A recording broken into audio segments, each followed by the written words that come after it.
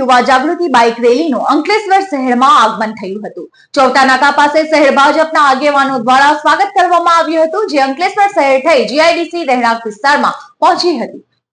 Ankleshwar national highway number 48 પાસેના ગ્રાઉન્ડમાં આગામી તારીખ 5મી જાન્યુઆરીના રોજ શ્રી હરિપ્રબોધમ યુવા મહોત્સવનું આયોજન કરવામાં આવ્યું છે. તે નિમિત્તે હરિપ્રબોધમ યુવા જાગૃતિ રેલીનું આયોજન રાષ્ટ્ર અને ધર્મ ભક્તિ સાથે પર્યાવરણ જાળવણી, નારી સન્માન સહિત સામાજિક જાગૃતિના જયકારા સાથે કરાયું હતું. આ બાઇક રેલીમાં 700 થી વધુ હરિભક્તો ધર્મ ધજાઓ બાઇક ઉપર તેમજ 80 કારમાં સવાર હરિભક્તો રેલીમાં જોડાયા હતા. આ હરિપ્રબોધમ યુવા જાગૃતિ રેલીનું અંકલેશ્વરમાં આગમન થતા ઠેર ઠેર સ્વાગત કરવામાં આવ્યું હતું.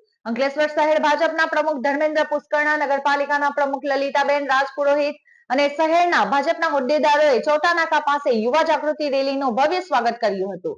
આ બાદ બાઇક રેલી શહેરના મુખ્ય માર્ગો ઉપરથી રામકુંડ તીર્થધામ ખાતે પહોંચી હતી અને ત્યાંથી જીઆઈડીસી વિસ્તારમાં જવા નીકળી હતી.